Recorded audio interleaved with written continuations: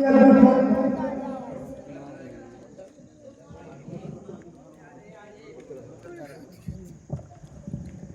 দোস্ত, তুই কোথায় রে?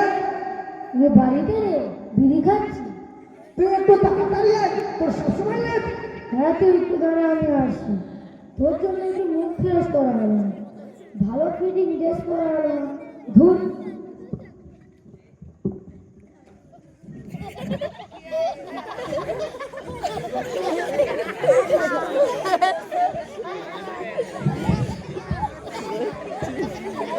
গায়া ফুতুরা আমার কোথা থেকে নেবে, যত সব ডিসকাস্টিং।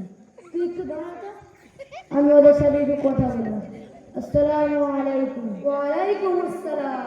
এই তোমরা লম্বা পাঞ্জাবি টুপি পরে কোথায় যাচ্ছ? আমরা দিন শিখতে যাচ্ছি। আর তোমরা একটু হায়ার ড্রেস পরে শুটিং শাড়ি, চোখে চশমা, ওদের স্টাইল দিয়ে কোথায় যাচ্ছ? আর আমাদের ইসলাম এই শিক্ষা দেয়নি।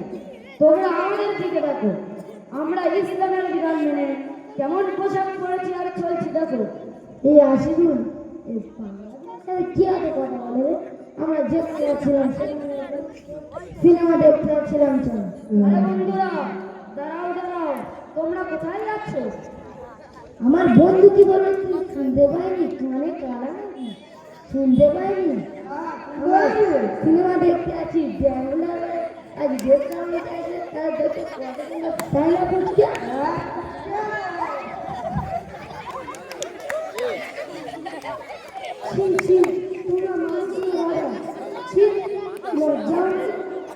তোমরা মুসলিম ঘরের ছেলে হয়ে এরকম কথা বলতে পারলে? তোমরা জানো না ইসলামের 5টি বিধান, যেমন কলেমা, নামাজ, রোজা, হজ ও যাকাত। এই 5টি জিনিসের মধ্যে সর্বপ্রথম গুরুত্বপূর্ণ বিষয় হল নামাজ। তাছাড়া হুজুরে আকরাম সাল্লাল্লাহু আলাইহি ওয়াসাল্লাম বলেছেন যে আসসালাতু ইমাদুদ্দিন ওয়া মান হাদামাহা হাদামাদ্দিন। যে ব্যক্তি তার নামাজকে প্রতিষ্ঠিত করিল সে তার ধর্মকে প্রতিষ্ঠিত করিল, আর যে ব্যক্তি নামাজকে প্রতিষ্ঠিত করিল না অর্থাৎ সে তার ধর্মকে ধ্বংস করে দিল, অর্থাৎ সে মুসলিম না। দূর বাড়া, আমরা এখনো বুড়ো হয়নি। আরে এইসব পাঞ্জাবি টুপি, হাতে তসবি নেব, এখন এইসবের সময় না। বয়স হোক 60-70, তারপর। তাহলে চলো তো, আমরা সিনেমা দেখতে যাচ্ছি। সিনেমা দেখতে যাবো। চল যাই, চল সিনেমা দেখতে চল। আরে ভাই, তোমরা বুঝছো না কেন? আর আল্লাহ পাক কোরআনের মধ্যে ও রাসূল সাল্লাল্লাহু আলাইহি ওয়াসাল্লাম হাদিসের মধ্যে যা বলেছে তাই তো বলছি। আরে ভাই, সিনেমা তো আমরা দেখি, আর তোমাদের কি এত জ্ঞান দিতে পারে শুনি? তোমাদের ঘরে কি কোনো কাজ নেই? ধুর, তোমরা জানো না মুসলমানদের সিনেমা দেখা হারাম? থাক থাক, তোরা তো নসিহত করতে হবে না। যেখানে যাচ্ছিস তোরা যাই তো। চল শুরু ডায়লগ। এই কেমন চলছে রে?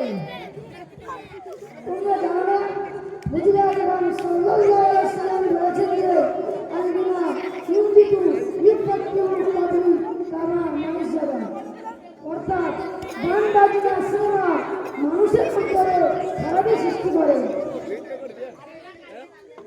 আরে ভাই, আমার ভুল বুঝতে পেরেছি।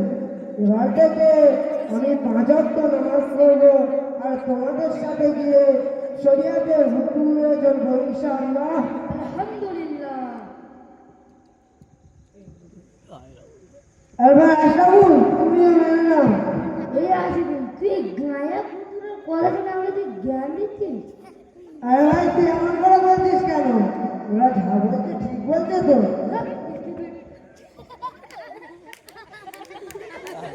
হ্যাঁ, আমাদের কথা যে তোমাদের জন্য। তবে শোনো, মহান আল্লাহ পাক কোরআনের মধ্যে বলেছেন যে ইন্নাস সালাতা তানহা আনিল ফাহশাই ওয়াল মুনকার। নিশ্চয় নামাজ মানুষের খারাপ কাজ থেকে বিরত রাখে। তারপর বিশ্বনবী সাল্লাল্লাহু আলাইহি ওয়াসাল্লাম বলেছেন, পরিষ্কার হাদিসের মধ্যে বলেছেন যে ইত্তাকুল জান্নাতিস সালাত, হলো জান্নাতের চাবি। আরে ভাই, তুমি কি জানো না এক ওয়াক্ত নামাজ কাজা করলে কি হয়?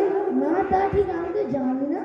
তাহলে শোনো, রাসূল আকরাম সাল্লাল্লাহু আলাইহি ওয়াসাল্লাম বলেছেন যে এক ওয়াক্ত নামাজ কাজা করলে 2,88,00,000 বছর জাহান্নামের আগুনে জ্বলতে হবে। আমার বয়স 60-70 বছর, থুতথুরে বুড়ো হই, উঠতে গেলে লাঠি কখনোই জান্নাতে যাবে না। আরে ভাই, কি বলছে 60-70? তবে আল্লাহ পাক কোরআনের মধ্যে কি বলেছে তা কি তুমি জানো? জানো? আবার কি বলেছে তা আমি জানি না। তাহলে শোনো, মহান আল্লাহ পাক পবিত্র হাদিসের কুরসির মধ্যে বলেছেন যে সাক্কুন নিসা ইবাদাতুল্লাহি তাআলা, যৌবনকালের ইবাদত আমার কাছে সব বয়সের থেকে গ্রহণযোগ্য। তাছাড়া হযরত জিবরাইল আলাইহিস সালাম বলেছেন যে আকাশ থেকে কত কত বৃষ্টি পড়ে তা আমি গুনতে পারি, কিন্তু যৌবনকালের ইবাদতে কত নাকি তা আমি গুনতে পারি না। সুবহানাল্লাহ। আচ্ছা ভাই, তোর সমস্যাটা কি আমি শুনি? আরে ভাই, সমস্যাটা আমার না, সমস্যাটা তোমার। কারণ নামাজ হলো প্রত্যেক মুসলমানের ওপর ফরজ, আর নামাজ করে কাজা করলে জাহান্নামের আগুনে জ্বলতে হবে। থাক থাক, তোকে আর এত কথা বলতে হবে না। আমার নামাজ পড়ার টাইম নেই।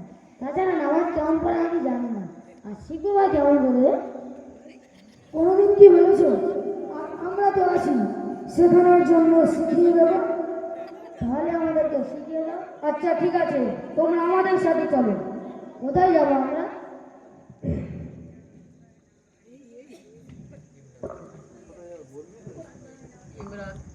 কোথায় আবার? আমরা যেখানে জ্ঞান অর্জন করি সেখানে। সেই জায়গাটি আবার কোথায়? যেখানে কোরআন হাদিস ওয়াহবাদী সব কিছু শেখানো হয়। আমাদের সেই জায়গাটি হলো মাদ্রাসা বেলগাছিয়া রুম্মানিয়া মদিনাতুল উলুম। সেখানে আমাদের ওস্তাদরা আমাদের কোরআন হাদিস সম্পর্কে জ্ঞান অর্জন করায়। আরে ভাই, আমি আমার বন্ধু, আমরা আমাদের ভুল বুঝতে পেরেছি। এবার থেকে আমরা 5 ওয়াক্ত নামাজ পড়বো, আর তার সাথে সাথে তোমাদের সাথে গিয়ে মাদ্রাসায় জ্ঞান অর্জন করবো ইনশাআল্লাহ। আলহামদুলিল্লাহ।